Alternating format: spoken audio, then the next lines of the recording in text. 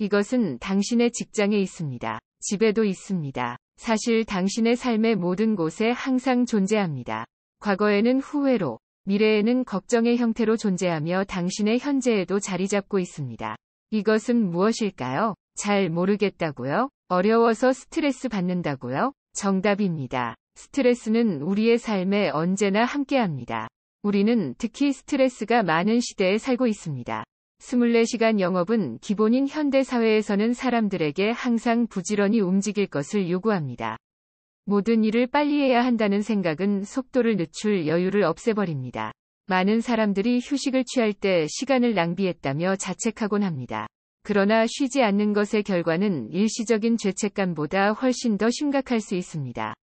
의학적으로 과도한 스트레스는 매우 위험한 것으로 알려져 있습니다. 정신건강재단의 2018년 연구에 따르면 영국인 50만 명이 업무 관련 스트레스를 경험하고 있다고 합니다. 이 중 거의 4분의 3이 1년 중 어느 시점에 감당할 수 없을 수준의 스트레스를 느꼈다고 응답했습니다.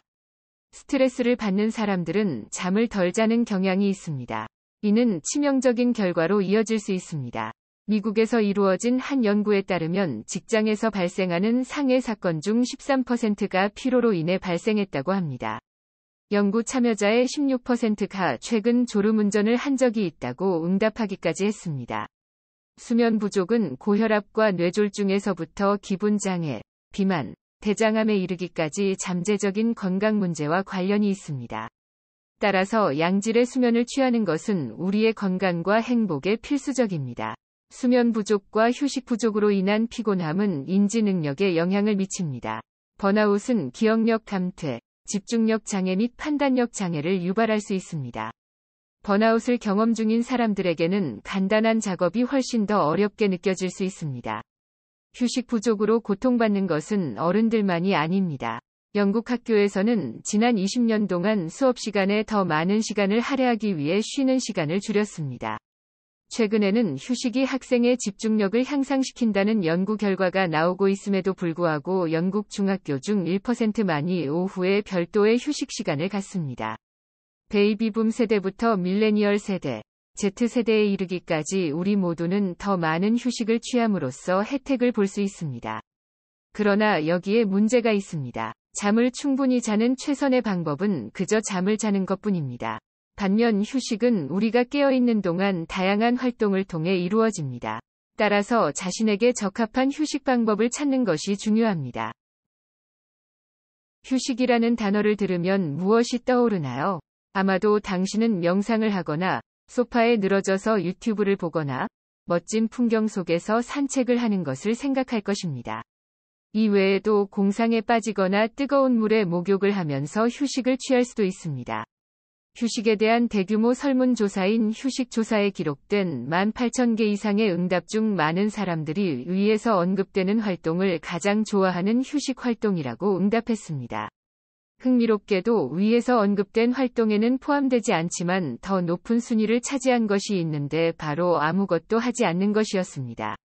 아무것도 하지 않는 것은 휴식의 궁극적인 형태로 느껴지지만 빈둥대는 사람에 대한 사회적 시선은 그리 곱지 않습니다.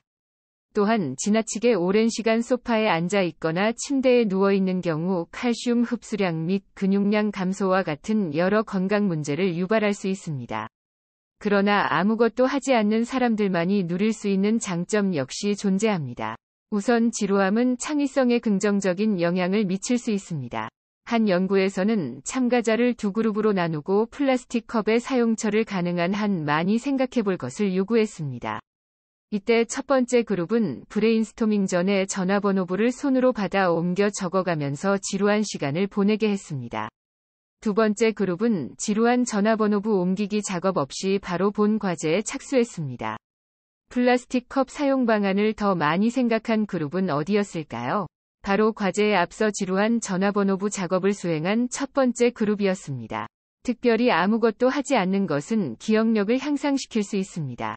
2004년 이루어진 한 연구에서는 뇌졸중 후 기억상실증으로 고통받는 사람들을 대상으로 실험을 진행했습니다.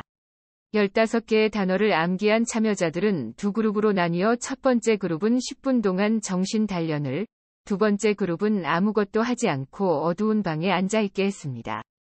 이후 각 그룹의 암기력을 시험한 결과 첫 번째 그룹은 전체 단어 중 14%밖에 암기하지 못한 반면 두 번째 그룹은 49%나 암기해냈습니다.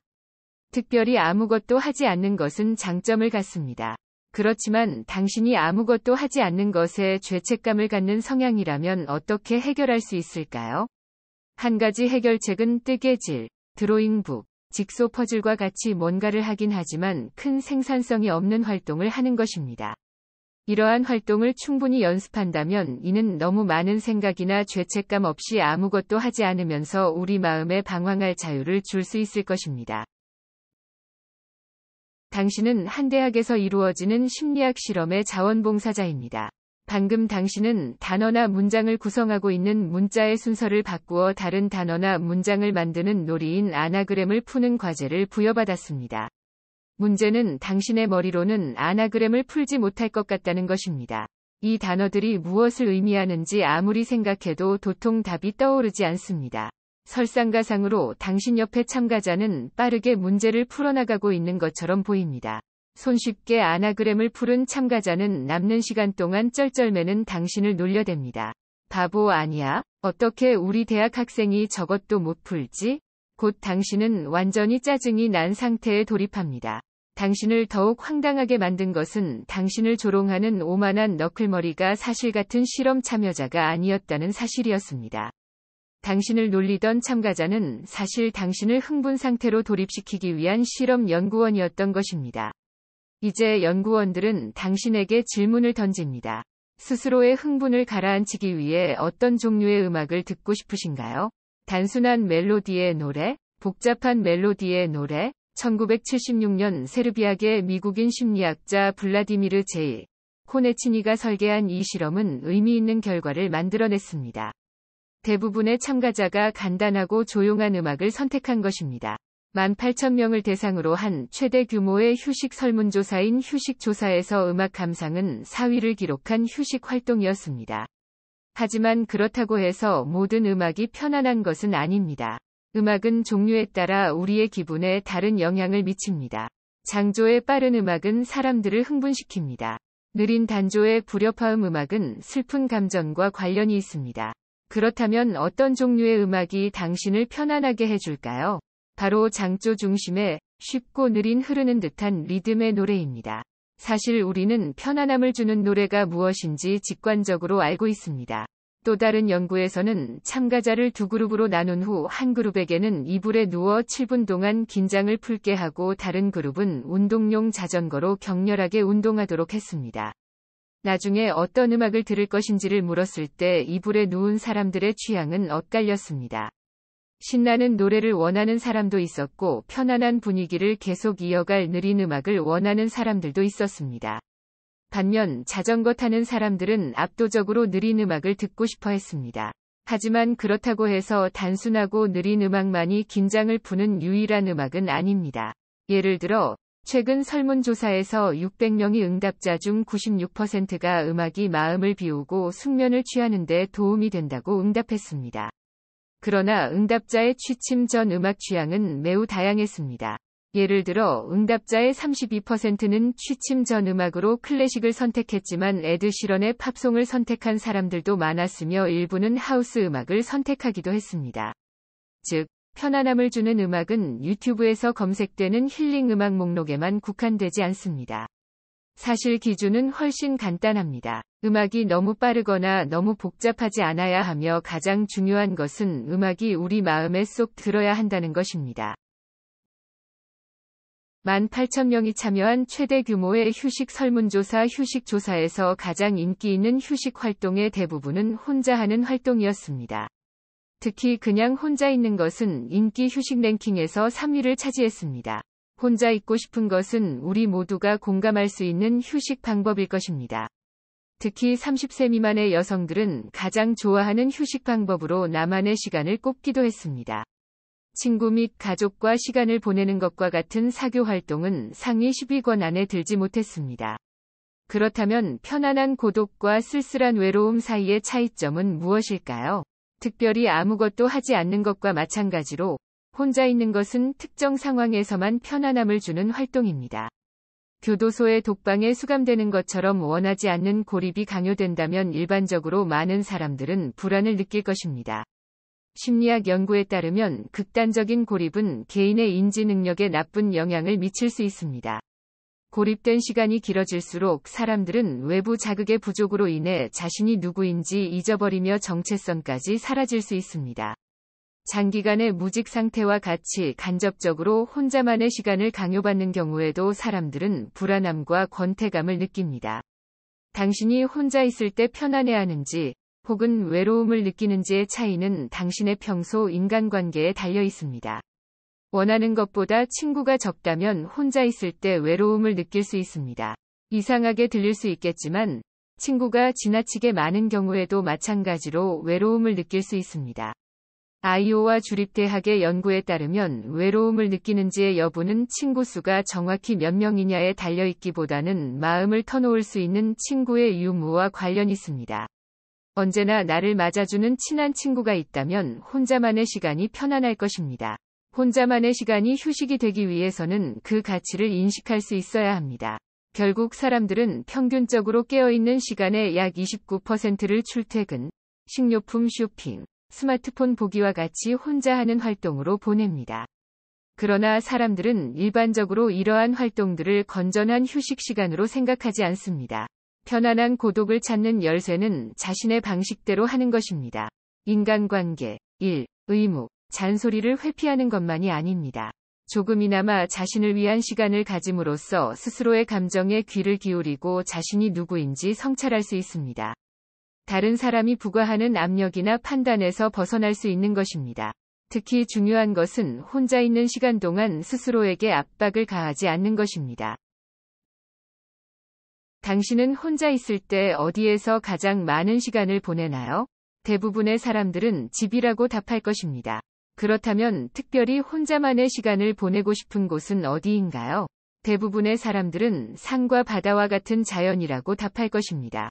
우리 중 많은 사람들은 자연을 일종의 안식처로 생각합니다. 비록 우리가 평생 모기와 산벌레를 혐오하는 도시 사람이라 할지라도 말입니다. 비록 원하는 만큼 자주 이루어지지는 않지만 자연에서 시간을 보내는 것은 18,000명이 참여한 최대 규모의 휴식 설문조사인 휴식조사에서 2위를 차지한 휴식 활동입니다. 자연에서 휴식을 하는 사람들은 새, 나무와 더 많은 시간을 보냄으로써 우리의 문제가 가벼워지고 영혼이 밝아질 수 있다고 주장합니다. 그러나 자연에서의 야외 활동이 실제로 치유 효과를 가질까요? 아니면 우리가 그렇게 생각하는 플라시보 효과일 뿐일까요? 이를 알아보기 위해 몇 가지 연구를 살펴보겠습니다. 스탠포드 대학의 한 연구에서 연구원들은 실험 참여자들에게 뇌 스캐너를 사용하여 슬픔과 부정적인 생각과 관련된 뇌 영역인 전전두엽 아래 피질 활동을 측정했습니다. 이후 실험 참가자들은 90분 동안 절반은 6차선 고속도로를, 절반은 자연 산책로를 따라 걸었습니다. 걷기 활동에서 돌아온 참가자들의 뇌를 다시 스캔한 결과 자연 속을 걸은 그룹만이 전전두엽 아래 피질 활동이 감소한 것으로 나타났습니다. 즉, 자연 속을 걸은 사람들은 도시의 고속도로를 걷는 사람들보다 비관적인 사고가 약화된 것입니다. 자연 속에서의 휴식은 우리의 기분과 집중력을 향상시킬 수 있습니다. 비록 실제 자연이 아닌 가상의 자연일지라도 말입니다. 2015년 실험에서 참가자들은 어려운 컴퓨터 과제를 부여받은 후 40초의 휴식 시간 동안 회색 지붕을 보거나 녹색 초원으로 덮인 지붕의 사진을 보게 했습니다. 이때 녹색 지붕을 본 참여자들이 컴퓨터 과제에 더 오래 집중하는 것으로 나타났습니다. 따라서 자연 속에서 시간을 보내거나 자연에 노출되는 것은 우리에게 매우 유익합니다. 그러나 자연이 휴식 효과를 갖는지의 여부는 우리의 정체성, 나아가 특정 풍경이 우리에게 어떤 의미를 갖는지에 달려 있습니다. 어린 시절부터 가봤던 숲의 풍경은 우리에게 특별한 감상을 줄 것입니다. 해파리에게 쏘이는 사고를 겪은 사람은 열대 해변의 풍경이 더 이상 행복하게 느껴지지 않을 수 있습니다. 아마 당신은 휴가 기간 동안 산이나 바다로 놀러가 벌레에 시달리는 것보다 집에 틀어박혀 재미있는 소설이나 읽고 싶을 수 있습니다. 스스로가 유난스럽다고 생각하나요? 전혀 그렇지 않습니다. 18,000명이 참여한 최대 규모의 휴식 설문조사 휴식조사에서 전체 응답자의 58%가 최고의 휴식 방법으로 독서를 선택했습니다. 독서는 명상이나 TV 시청과 같은 활동보다 인기 있는 것으로 나타났습니다. 늦은 밤 스마트 기기를 보는 것과 달리 책을 읽는 것은 수면의 질을 떨어뜨리지 않습니다. 또한 휴식 활동으로 독서를 선택한 사람들은 자존감이 높고 낙관적이었습니다. 독서는 종종 수동적인 활동으로 비판받지만 이것은 사실이 아닙니다. 첫째, 독서는 인지적으로 까다로운 활동입니다. 독서는 글자의 모양을 보고 단어를 만들며 다시 단어를 묶어 의미를 만들어내는 활동입니다. 또한 읽은 내용과 알고 있는 내용이 동일한지에 대해 생각하게 만듭니다. 독서는 생리학적으로도 자극적입니다. 짐바브웨의 임상심리학자 빅터 넬의 1988년 실험을 사례로 들어보겠습니다. 남아프리카에서 연구를 수행하던 넬은 독서의 생리학적 효과를 실험하기 위해 자칭 독서광들을 실험 참여자로 모집했습니다. 넬은 독서광들에게 반투명 고글을 씌워주고 10분 동안 백색 소음을 듣게 하여 지루함을 느끼게 하였습니다. 이후 넬은 참여자들에게 30분 동안 책을 읽거나 눈을 감고 5분 동안 휴식을 취하거나 사진을 보거나 암산 수학 문제나 논리 퍼즐을 풀도록 했습니다. 넬은 각 작업 동안 참여자들의 호흡, 심박수 및 근육 활동을 측정했습니다. 참가자들은 산수를 제외한 다른 어떤 활동보다 독서로부터 생리학적 자극을 받았습니다. 다시 말해 독서는 마음을 편안하게 하지만 뇌의 작동을 멈추지는 않는 것입니다. 또한 신체의 작동 역시 멈추지 않았습니다. 독서가 게으른 오락이라는 평판 때문에 연구자들은 독서의 힘을 과소평가했습니다. 2009년 요가의 위대함을 증명하기 위한 미국의 한 연구에서는 요가를 독서와 비교하였으나 전혀 의외의 결과와 마주하고 말았습니다. 30분의 요가 후 참가자들의 스트레스 수치와 혈압은 낮아졌습니다. 그러나 30분 동안 신문 기사를 읽은 후에도 같은 효과가 발생했습니다. 독서는 요가보다 훨씬 덜한 신체적 유연성을 요하는 활동이었음에도 건강에 같은 효과를 미친 것입니다. 경직된 자세의 어려운 독서가 왜 그런 편안함을 가져오는지는 아무도 모릅니다. 한 가지 단서는 경험에 대한 통제력에 있을 수 있습니다. 독서는 온전히 자신의 속도와 방식으로 읽을 수 있습니다. 또한 픽션이든 논픽션이든 당신은 독서를 통해 다른 사람들의 세계를 마음껏 즐길 수 있습니다. 독서의 경험은 생각을 정리하는 대신 새로운 생각을 추가함으로써 몇 시간, 며칠, 심지어 몇 년 동안 계속될 수 있습니다. 휴식은 행복의 필수 요소입니다. 건강한 삶을 살기 위해서는 충분한 휴식을 취해야 합니다. 이를 위한 첫 번째 단계는 휴식에 대해 진지한 접근을 하는 것입니다. 우리는 충분한 수면을 취하는 것을 중요하게 생각합니다. 그러나 휴식은 일상적으로 꼭 필요하지는 않지만 있으면 좋은 것 정도로 생각됩니다. 당신은 아마 어젯밤에 잠을 몇 시간 잤는지, 잘 잤는지 여부를 잘 알고 있을 것입니다. 그러나 어제 몇 시간 쉬었는지, 잘 쉬었는지에 대한 질문을 받는다면 답이 어려울 것입니다. 사람마다 적절한 휴식의 형태는 다릅니다. 따라서 자신에게 맞는 휴식을 찾는 것이 중요합니다. 당신의 가장 친한 친구는 매일 아침 10마일을 뛰면서 휴식을 취하곤 할 것입니다. 그러나 당신이 달리기에서 편안함을 느끼지 못한다면 달리기는 당신의 휴식 활동이 될 수 없습니다. 올바른 휴식을 위한 몇 가지 팁은 다음과 같습니다. 휴식에는 단 하나의 정답이 없습니다. 그러나 휴식 조사 결과에서 알 수 있듯 행복도가 가장 높은 사람들은 하루 평균 5시간의 휴식 시간을 가진 것으로 나타났습니다. 많은 것처럼 들릴 수도 있지만 우리의 하루 중 무의식적으로 누리는 휴식 시간에 집중하면 누구나 충분히 가능합니다. 휴식에 집중하는 것은 출퇴근 중이든 저녁 식사하는 동안이든 휴식 시간을 인식하는 것입니다. 한편 균형 있는 휴식을 취하는 것도 중요합니다. 매일 휴식을 취하지 못한다고 말한 사람들뿐만 아니라 6시간 이상 휴식을 취한다고 응답한 사람들의 행복 점수도 낮은 것으로 나타났습니다. 사람은 모두 다릅니다. 3시간의 휴식이 자신에게 충분하다고 생각한다면 무리할 필요가 없습니다. 휴식 시간을 가질 때 가장 어려운 것 중 하나는 죄책감입니다. 특히 현대인은 특유의 분주함 때문에 휴식을 취하는데 어려움을 겪습니다. 좀 더 편안한 삶을 영위하려면 휴식을 취하고 편안한 활동을 하는 연습을 하는 것이 필요합니다. 또한 남는 시간에 휴식을 하는 것이 아니라 휴식 시간을 일정의 일부로 예약해두는 것도 도움이 될 수 있습니다. 시간이 촉박할 때는 짧은 시간이나마 휴식 시간을 갖는 것이 좋습니다. 몇 분 동안 공상을 하거나 창밖을 바라보거나 낙서를 하거나 멍하니 있는 것만으로 안정감을 느낄 수 있습니다. 마지막으로 주의할 점은 휴식을 추구하는 목표는 편안함이라는 것을 잊어서는 안 된다는 것입니다.